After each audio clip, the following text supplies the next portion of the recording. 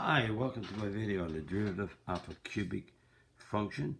And this cubic function is f of x equals ax cubed. Again, there's only a cubic term, there's no quadratic term, there's no linear term, there's no constant term. So f of x equals ax cubed. Let's do the derivative and see what we get. Find f prime, the derivative of fx, if the f of x equals ax cubed. Before we start, I want to look at explaining what we call the powers of a binomial, and that's done as a video on, if you look at polynomials number 2, and you look at the video right at the end of the powers of a binomial, you see more work on what I'm now going to explain. So let's look at what I want to do this explanation first. We have an a plus b to some power of n. So if we take a 1, and this is in this video that I did on the powers of binomial, so you go 1, 3, 3, 1. This is a plus b. This is a plus b to the 0. This is a plus b to the 1. In the middle one, this is a plus b squared. And right here we have a plus b being cubed. So what happens when we have this, the first term starts off with the power of a cubed. The next one descends, a goes to a square, b, and then it goes to a, b squared, and then it goes to b cubed. The power of each of these terms is always a 3. 2 plus 1 is 3, 1 plus 2 is 3. But the coefficients here, this is a 1, this is plus 3, that's a 3, so this is a plus 3, and right here is a plus 1. So these are the powers. When I take an a plus b and cube it, then I will get this trinomial. So if I take the a plus h and cube it, then I'll have an a, so that's an a cubed plus 3, so I get an a squared, and so that's the b is the h plus 3 a h squared plus h cubed. So this is the powers. Again, I'm cubing this. I said a square here, but it's a cube. So there's the pattern for the cube. So again, a and b. So the b is the h, so you fill in the a in the place of a and the b, h in the place of b, and you get this. So I'm going to use that now to do the derivative.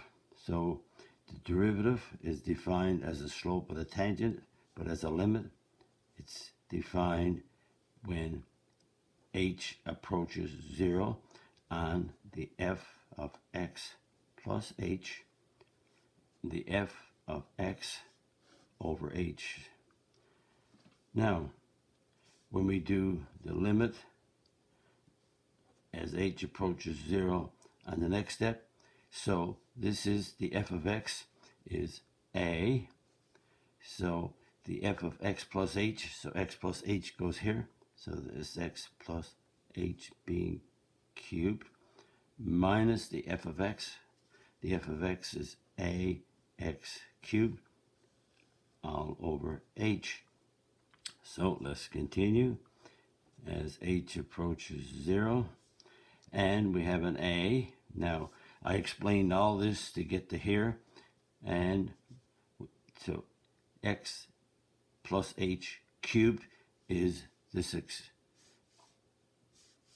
polynomial here. So it's a cubed plus 3a squared h plus 3ah squared plus h cubed. Again, I worked it out here, so I just subbed it in here.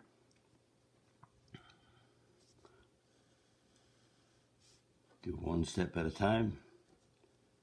So limit as h approaches 0. So we multiply by, oh, I got an h.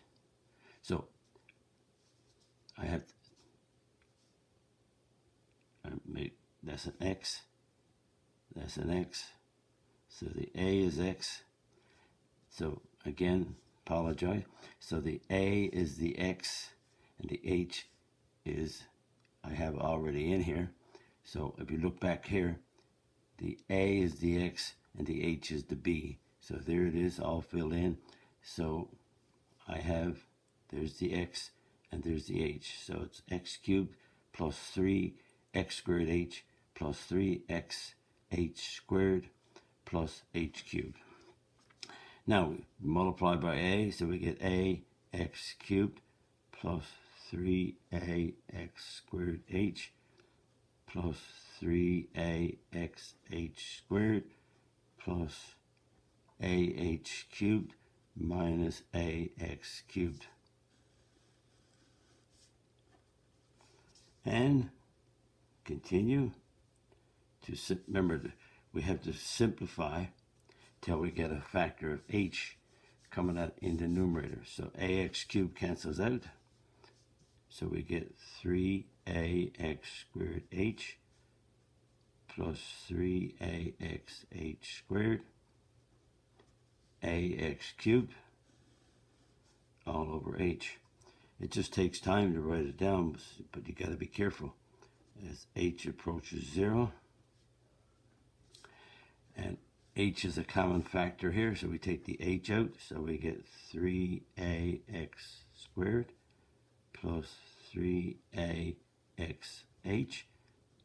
plus ah squared all over h. So again, I took the h out of here, took the h out of here, and took the h out of here, a common factor. The h cancels out, so I get the limit as h approaches 0, 3ax squared plus 3axh ax squared.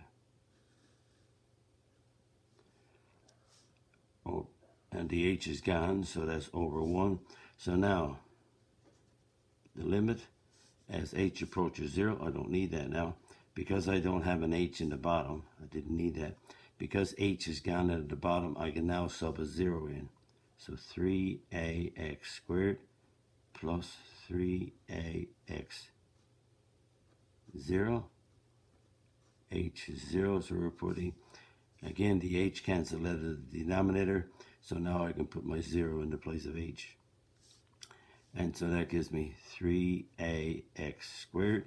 That's a 0 there, and that's a 0 there. So 0 times 3ax is 0. 0 squared is 0, so a times 0 is 0.